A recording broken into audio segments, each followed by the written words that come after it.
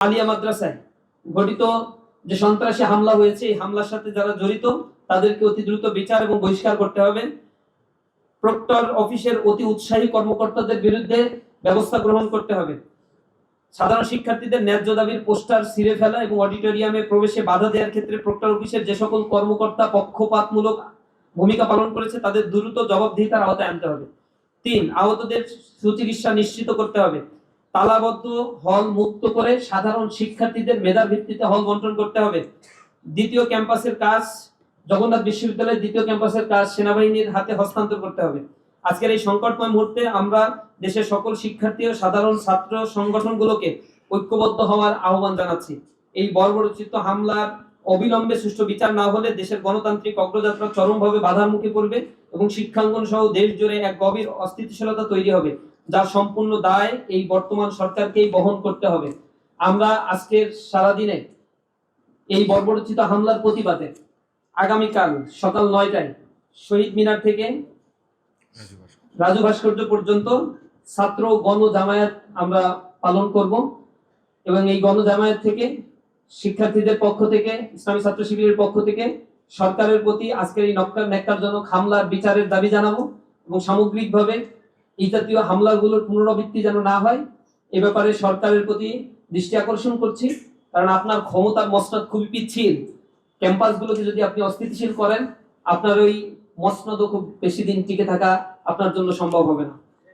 আপনারা দেখেছেন এই হামলার সিনারিও গুলো আমাদের সামনে এসেছে, আমরা কিছু জিনিস আপনাদের কাছে নিয়ে আসছি। হাসপাতালে যে হামলাগুলো চালানো হয়েছে এগুলো আগস্ট মাসের 15ই জুলাই এবং বিভিন্ন সময় এই হামলাগুলো ছাত্রলীগ চালাতো। ইভেন আজকের যে দিন 2 বছর আগে আগস্টের এই সময় একই হাসপাতালে জুলাইয়ের এই 35শে জুলাই বা 34শে জুলাইয়ের সময়গুলোতে এই হাসপাতালগুলোতে হামলা চালিয়েছিল ছাত্রলীগ। সেই একই স্টাইলে ছাত্রদল এই হামলাগুলো চালিয়েছে। আজকে হাসপাতালের এমার্জেন্সি রুমগুলোতে ঢুকেছে, সাধারণ রোগীদের উপরে তারা হামলা করেছে। এই হচ্ছে তাদের রিয়েল চিত্র, অর্থাৎ ছাত্রলীগের একেবারেই হুবহু অনুকরণ করছে এই ছাত্রদল। এরপরে আপনারা দেখেছেন রংপুরে আজকে তারা মিছিল নিয়ে বহিরাগত একজনও ছাত্র নাই, এখানে বহিরাগত সন্ত্রাসীদের নিয়ে এসে বেগম রোকেয়া বিশ্ববিদ্যালয়ের ক্যাম্পাসের সামনে রামদাও, চাপাতি, ক্রিস এগুলো নিয়ে তারা হামলা চালিয়েছে। এখানে আপনারা দেখতে পাচ্ছেন একবার প্রকাশ্যে এগুলো উঁচিয়ে নিয়েছে, কিন্তু প্রশাসন পাশে দাঁড়িয়ে নির্বিকার ভূমিকা পালন করছে। আওয়ামী ফ্যাসিবাদের প্রশাসন যেমন ভূমিকা পালন করত, ওই ফ্যাসিবাদের প্রশাসনের প্রেতাত্মারা এখন আবার বর্তমান সরকারের এস্টাবলিশমেন্ট প্রতিষ্ঠার জন্য একই রকম ভূমিকা বা আচরণ তারা দেখাচ্ছে। এখানে আরো কিছু ফুটেজ আমাদের কাছে আছে। জগন্নাথ বিশ্ববিদ্যালয়ে আজকে যারা হামলা করেছে, এখানে আমরা দেখাচ্ছি যে ছাত্র দলের আহ্বায়ক, তার পাশের ছাত্র দলের, এগুলোর 15 বছর আগে ছাত্র জীবন শেষ হয়ে গেছে। ছাত্র বলতে আমার বারবার একটু লজ্জা লাগছে। তারপরেও কমিটিতে আছে, কমিটিরও মেয়াদ উত্তীর্ণ হয়ে গেছে। তারপরেও তাদের কমিটিতে যারা সভাপতি সেক্রেটারি আছে এগুলো হচ্ছে বিএমপি করার বয়স অনুযায়ী শেষ হয়ে গেছে। এরা হচ্ছে প্রকাশ্যে বলছে এই ক্যাম্পাস ছাত্র দলের নিয়ন্ত্রণে থাকবে, বিসি কে শাসাচ্ছে তারা, ক্যাম্পাস ছাত্র দলের নিয়ন্ত্রণে থাকবে। আর বিসি হচ্ছে মাথা নাড়াচ্ছে, কারণ বিসি হচ্ছে তাদের অনুগ্রহে এই পদ পেয়েছে এবং এখন বিসির দায়িত্ব পালন করছে। ন্যূনতম একাডেমিক যোগ্যতা তার ভিতরে নেই।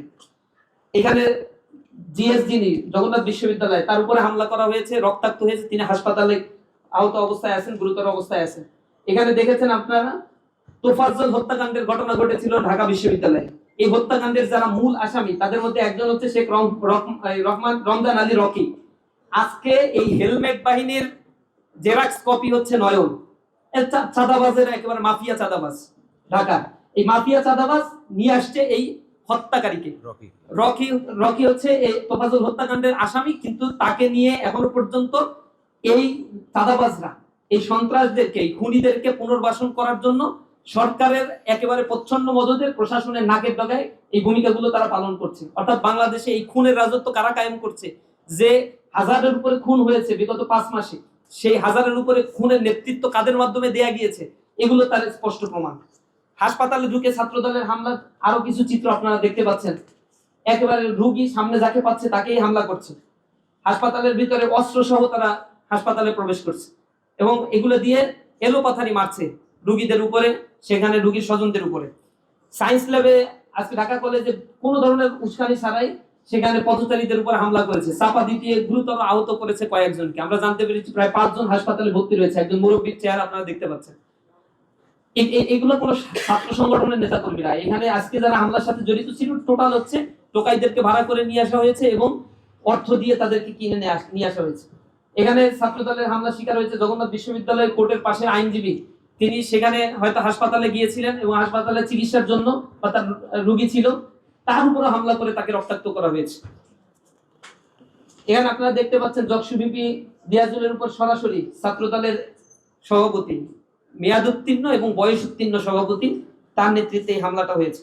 ঢাকা আলিয়া মাদ্রাসায় সর্বজন স্বীকৃত অধ্যক্ষ, একজন শ্রদ্ধেয় শিক্ষক, একজন আলেমের উপরে তারা সশস্ত্র হামলা করেছে, তিনি এখনো হাসপাতালে ভর্তি অবস্থায় আছেন। ঢাকা আলিয়া মাদ্রাসায় হেলমেট পরা অবস্থায় এখানে তারা শোডাউন দিয়েছে, আর বলছে যে আপনারা কি করেন, পুলিশকে শাসাচ্ছে, গুলি করেন না কেন। এই হচ্ছে তার চরিত্র নয়নের। ঢাকা আলিয়া মাদ্রাসায় এই নয়নের নেতৃত্বে যাদের উপর হামলা করা হয়েছে তাদের ছবি আপনারা দেখতে পাচ্ছেন। ঢাকা কলেজের সামনে অস্ত্র সহ একবারে কাপড়ে মোড়ানো অস্ত্র হাতে, সাংবাদিক যখন ছবি তুলছে তার দিকে আঙ্গুল তুলে দেখাচ্ছে হামলা করবে বা শাসাচ্ছে তাকে। অস্ত্র নিয়ে আসছে, গোলা বারুদ, তাও আবার এই অস্ত্র দিয়ে সাধারণ শিক্ষার্থীদের উপরে এই বহিরাগতরা হামলা করেছে। এবং জুলাই শহীদদের জন্য দোয়া অনুষ্ঠান, ঢাকা কলেজের এই দোয়া অনুষ্ঠানে সেখানে তারা অস্ত্র শস্ত্র সহ আক্রমণ করার জন্য উপস্থিত হয়েছে। এভাবে সোশ্যাল মিডিয়ায় ছড়িয়ে পড়া অসংখ্য ছবি আছে যেখানে সাংবাদিকদের উপরে আক্রমণ করা হয়েছে, সাংবাদিকরা সেখানে রক্তাক্ত হয়েছে, শিক্ষকদের লাঞ্ছিত করা হয়েছে। এটা আর কোনো ছাত্র সংগঠনের পজিশনে আর ছাত্রদল নাই। এটা কেন্দ্র কমিটি থেকে একবারে রুরাল লেভেল পর্যন্ত প্রতিটা বিশ্ববিদ্যালয়ে তাদের কমিটির মেয়াদ এবং ছাত্রত্ব অন্তত 10-15 বছর আগে শেষ হয়ে গিয়েছে। এই অছাত্ররা কোন ইন্টেনশন নিয়ে এই ক্যাম্পাসগুলোতে আছে। জগন্নাথ বিশ্ববিদ্যালয়ে আপনারা খেয়াল করবেন, সেখানে ছাত্রদলের আজকের ঘটনার মূল কারণটা হচ্ছে ছাত্ররা প্রথমে ইনকলাব মঞ্চের ব্যানারে সেখানে গিয়ে ইউজিসির চেয়ারম্যান উপস্থিত হয়েছে, তার কাছে তারা স্মারকলিপি দেবে, দাবি করবে যে ঠিকাদার প্রতিষ্ঠানের উপরে কাছে এই প্রতিষ্ঠানের হল নির্মাণের দায়িত্ব দেওয়া যাবে না। প্রায় 10,000 কোটি টাকার একটা প্রজেক্ট, এই প্রজেক্টটা দিতে হবে সেনাবাহিনীর হাতে যাতে খুব দ্রুত এই হল নির্মাণ হয়। এর আগেও 15,000 কোটি টাকা এখানে দেওয়া হয়েছিল, 1500 কোটি টাকা সম্ভবত, বা 15,000 কোটি টাকা সামথিং এমন দেওয়া হয়েছিল, 1500 কোটি টাকা।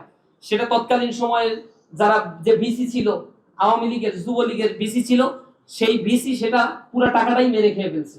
এখন আবার এই টাকাটা বরাদ্দ দেওয়ার কথা, সেই টাকাটাও যাতে ঠিকাদারি প্রতিষ্ঠানের কাছে দেয়, এই ঠিকাদারি গ্রহণ করবে ছাত্র দলের নেতা কর্মীরা বা ওই এলাকার যারা বিএনপি নেতা কর্মীরা আছে, সেখানে অনেক ভাগ বাটোয়ারার ব্যাপার আছে। আমাদের স্পষ্ট কথা হচ্ছে স্টুডেন্টদেরকে স্বার্থকে প্রায়োরিটি দিতে হবে, এখানে দ্রুত হল নির্মাণ করতে হবে।